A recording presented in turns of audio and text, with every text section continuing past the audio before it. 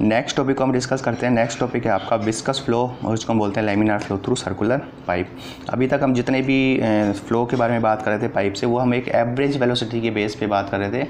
लेकिन अगर हम विस्कोसिटीज़ को कंसीडर करते हैं तो हर पॉइंट पे जो वेलोसिटीज़ होती हैं वो अब अलग अलग होंगी, क्योंकि वहाँ पे अब विस्कोसिटी का इफेक्ट आएगा। तो किस तरह से ये वेरिएशंस होता है, तो उसको कैलकुलेट करने के लिए सबसे पहले हम अजम्पशंस मानते हैं। किसी भी पाइप में अगर स्टडी फ्लो है तो उस केस में हम इसकी स्टडी करते हैं, मतलब टाइम के रेस्पेक्ट में चीज़ें कांस्टेंट होनी चाहिए। दूसरा अजम्पशंस क्या है कि फुल्ली डेवलप्ड फ्लो, मतलब velocity does not change in longitudinal direction. एक तरह से आपका स्पेस के साथ भी वेलोसिटीज़ में चेंजेस नहीं होने चाहिए, तो मतलब यूनिफॉर्म डायमीटर का पाइप ही आपका होना चाहिए। ये कुछ अजम्पशंस हैं।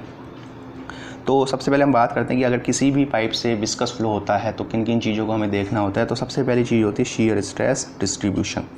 तो ये तो हमें चीज़ क्लियर है कि अगर किसी भी पाइप से फ्लो होता है तो यहाँ पे जो रेजिस्टेंस है वो वॉल पे मैक्सिमम होते हैं और सेंटर पे रेजिस्टेंस आपके मिनिमम होते हैं। तो ये तो चीज़ क्लियर कि अगर एक सेक्शन माना जाए तो यहाँ पे मैक्सिमम स्ट्रेस आपकी वॉल पे होगी और जो सेंटर है वहाँ पे जीरो होगी और फिर वापस से वॉल पे मैक्सिमम होगी।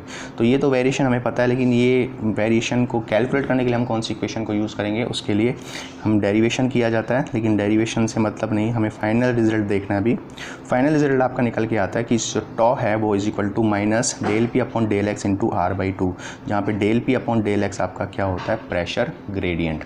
माइनस साइन इसलिए लिया क्योंकि प्रेशर की डायरेक्शन में, फ्लो की डायरेक्शन में हमेशा प्रेशर में डिक्रीमेंट होता है, और ये जो प्रेशर ग्रेडियंट है ये हमेशा आपका कांस्टेंट रहता है। कांस्टेंट को समझने के लिए क्या करते हैं, सपोज एक पाइप है, हमने यहाँ पे 3 सेक्शन कंसीडर किए और इनमें दोनों में डिस्टेंस बराबर है। तो पहले वाले में जितना प्रेशर में डिफरेंस आएगा, अगली उतनी ही दूरी में प्रेशर में डिफरेंस उतना ही आएगा। तो इसका मतलब प्रेशर ग्रेडियंट आपका कांस्टेंट रहता है।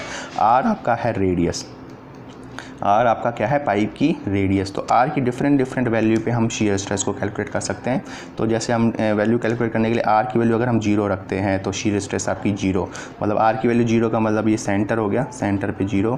जैसे जैसे आर की वैल्यू बढ़ाते जाओगे ये शीयर स्ट्रेस भी बढ़ती जाएगी। तो शीयर स्ट्रेस आपकी ये सेक्शन हुआ, शीयर स्ट्रेस बढ़ते वॉल पे आपकी मैक्सिमम हो जाती है, और इसी तरह से।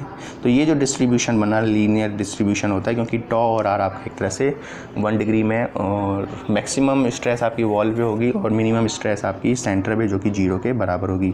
इसी को बोलते हैं shear stress distribution. Objective questions में कई बार 4 ऑप्शन दिए होते हैं और ये डायग्राम बना के दिए होते हैं, तो आपको पहचानना होता है कि जो डिस्ट्रीब्यूशन है वो कौन सा सही है।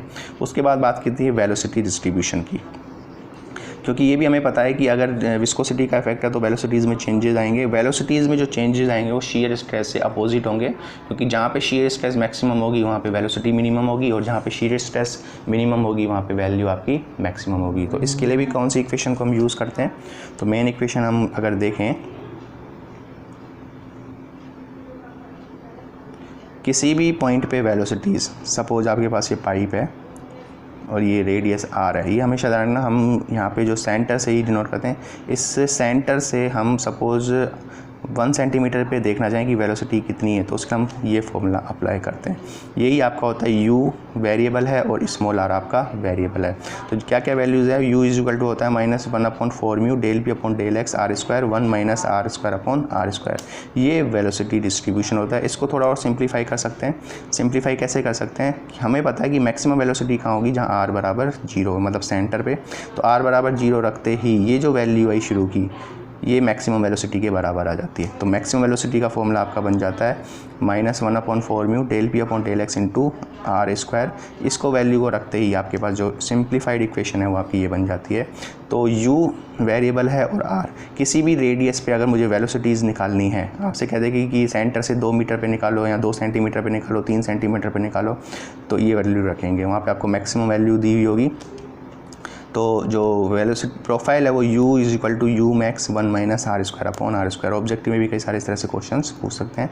अब बात आती है डिस्ट्रीब्यूशन की। तो हम डिस्ट्रीब्यूशन के लिए क्या करते हैं, हम रेडियस वेरिएबल है और u वेरिएबल है। यहाँ पे हम देखते हो कि ये डिस्ट्रीब्यूशन आपका कैसा होगा, पैराबोलिक। मतलब अगर हम एक सेक्शन कंसीडर करें तो मैक्सिमम वेलोसिटी आपकी सेंटर में होगी, मिनिमम वेलोसिटी आपकी यहाँ होगी, मिनिमम वेलोसिटी यहाँ होगी। लेकिन ये जब आप ऊपर जाते जाओगे वेलोसिटीज़ कम होती जाएंगी, यहाँ पे भी कम होती जाएंगी। लेकिन इन सब पॉइंटों को जब आप मिलाते हो तो आपका एक पैराबोलिक पैटर्न बनता है, क्योंकि यहाँ पे आर स्क्वायर है। तो इसको बोलते हैं velocity distribution. Shear stress distribution linear था, ये आपका पैराबोलिक होगा। तो 2 चीज़ें हमने देखी, शीयर स्ट्रेस डिस्ट्रीब्यूशन और वेलोसिटी डिस्ट्रीब्यूशन। इसके बाद बात करते हैं डिस्चार्ज की। डिस्चार्ज का फॉर्मूला कैसे निकाला जाए, या डिस्चार्ज से भी इम्पोर्टेंट है। तो अगर डिस्चार्ज की बात करें तो लेमिनार फ्लो के लिए डिस्चार्ज का फॉर्मूला आपका ये बन जाता है pi you max are square divide by 2। तो पाई आर स्क्वायर तो आपका एरिया हो गया, और डिस्चार्ज के लिए आप इसको किससे मल्टीप्लाई कर देते हो, मैक्सिमम एरिया से। तो pi r square by 2, pi r square आपका एरिया हो जाता है, और यू मैक्स अपॉन 2 से हम इसको मल्टीप्लाई कर देते हैं। और इससे भी इम्पोर्टेंट चीज़ ये आती है कि जो एवरेज वेलोसिटी और मैक्सिमम वेलोसिटी में क्या रिलेशन, कई बार पूछा जाता है कि अगर लेमिनार फ्लो होता है तो उस केस में एवरेज वेलोसिटी और मैक्सिमम वेलोसिटी क्या होती है, क्या रिलेशन होता है। तो अभी तक हम देखते आए थे कि जो एवरेज वेलोसिटीज़ है उसको हम कैसे निकालते हैं, डिस्चार्ज अपॉन एरिया से। तो डिस्चार्ज अभी हमने देखा formula pi you max are square divide by 2, और इसको एरिया पाई आर स्क्वायर से हमने डिवाइड कर दिया। तो पाई आर स्क्वायर से पाई आर स्क्वायर कैंसिल, तो यू मैक्सिमम डिवाइड बाई 2। मतलब laminar flow through circular pipe में जो एवरेज वेलोसिटी होती है वो मैक्सिमम वेलोसिटी का हाफ होती है। ये कंक्लूजन काफ़ी इंपॉर्टेंट है और कई बार इसको यूज़ करते हैं। तो हमने 3 चीज़ें देखी, shear stress distribution, velocity distribution, the ratio of maximum velocity to average velocity, और लास्ट होता है प्रेशर ड्रॉप। अगर किसी भी पाइप से लेमिनार फ्लो होता है तो उसमें प्रेशर ड्रॉप की क्या इक्वेशन बनती है, तो वो भी हमें इक्वेशन इंपॉर्टेंट है, तो आपको इक्वेशन याद रखनी है। सपोज़ आपके पास ये पाइप है, ये 1 सेक्शन, ये 2 सेक्शन, तो यहाँ प्रेशर P1 है, यहाँ प्रेशर P2 है। तो P1 माइनस P2 का मतलब ये हुआ कि इन दोनों में कितना डिफरेंस है। वो इक्वेशन आपकी बनती है 32 mu V L upon D square. ये आपको याद रखना है, 32 mu V L upon D square, जहाँ पे म्यू आपकी डायनामिक विस्कोसिटी, वी आपकी एवरेज वेलोसिटी, एल आपकी लेंथ जो आपका सेक्शन 1 और सेक्शन 2 के बीच की लेंथ, और डी आपका डायामीटर ऑफ पाइप। तो प्रेशर ड्रॉप की इक्वेशन आपको याद रखनी है, it is 32 mu V L upon D square. तो लेमिनार फ्लो में हम 4 चीज़ों के बारे में डिस्कस करते हैं। शीयर स्ट्रेस डिस्ट्रीब्यूशन जो कि लीनियर होता है, इक्वेशन आपको पता है tau is equal to minus del p upon del x into r by 2। Velocity distribution u बराबर u max 1 minus r square upon r square जो कि पैराबोलिक होता है। Ratio of maximum velocity to average velocity, जो average velocity होती है वो maximum velocity का हाफ होती है। और प्रेशर ड्रॉप जो होता है वो होता है 32 mu V L upon D square. तो ये laminar flow through circular pipe में हम इन चीज़ों को डिस्कस करते हैं। कई बार एक और इम्पोर्टेंट इसमें क्वेश्चन बन जाता है, रिलेशनशिप बिटवीन फ्रिक्शन फैक्टर और रेनॉल्ड नंबर।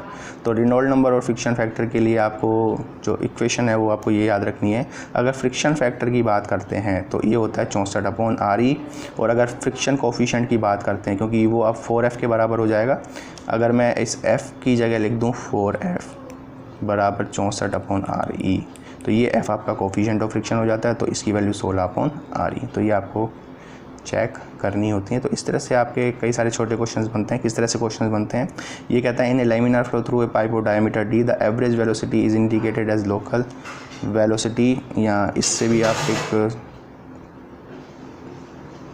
सिंपल क्वेश्चन की बात करते हैं। इस तरह से हम देखें, suppose in a laminar flow through circular pipe of 10 cm radius the maximum velocity is 10 meter per second, then find the velocity at 5 cm radius। 5 centimetre की रेडियस पे वेलोसिटी क्या होगी, तो ये फॉर्मूला हमने लगा दिया। मैक्सिमम वेलोसिटी 10 दी हुई है, आर की जगह आप सिंपली 5 सेंटीमीटर रख देते हो, और टोटल आपका जो रेडियस दी हुई है पाइप की वो 10 सेंटीमीटर। तो यहाँ से कैलकुलेट होकर आप इस तरह से कैलकुलेट कर सकते हो। तो ये तो एक सिंपल से क्वेश्चन की बात होती है। तो ये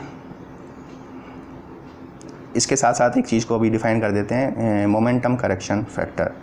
चूँकि ये इन चीज़ों की ज़रूरत इसलिए पड़ी क्योंकि हम एवरेज वेलोसिटीज़ का भी देखते हैं और हम पॉइंट वेलोसिटीज़ या लोकल वेलोसिटीज़ को भी देखते हैं। तो मोमेंटम करेक्शन फैक्टर को कैसे डिफाइन किया जाता है, momentum per second based on actual velocities, momentum per second based on average velocity. क्योंकि लोकल वेलोसिटीज़ या एक्चुअल वेलोसिटीज़ को निकालना काफ़ी टफ होता है, एवरेज वेलोसिटीज़ को हम ईजिली कैलकुलेट कर सकते हैं। तो लेकिन हमें ज़रूरत एक्चुअल की होती है। तो एवरेज वेलोसिटीज़ को अगर हम इस फैक्टर से मल्टीप्लाई कर देते हैं तो आपको momentum per second based on actual velocity मिल जाता है। इसका फॉर्मूला आपका ये होता है, जो मोमेंटम करेक्शन फैक्टर है वो integration you square D upon A V square, जहाँ पे यू लोकल वेलोसिटीज़ या एक्चुअल वेलोसिटीज़ हो गई, वी आपकी एवरेज वेलोसिटी हो गई, ए आपका पाइप का एरिया हो गया। और लेमिनार फ्लो के केस में ये वैल्यू आपकी 4/3 कैलकुलेट होकर आती है। और इसी तरह से हम काइनेटिक एनर्जी करेक्शन फैक्टर की बात करें तो काइनेटिक एनर्जी करेक्शन फैक्टर कैसे डिफाइन करते हैं, kinetic energy per second based on actual velocity, kinetic energy per second based on average velocity. तो यहाँ पे भी फॉर्मूला इस तरह से बन जाता है, integration you Q D A V cube, वहाँ पे स्क्वायर था और यहाँ पे आपका क्यूब हो जाता है। तो ये दोनों फैक्टर को हम डिफाइन करते हैं।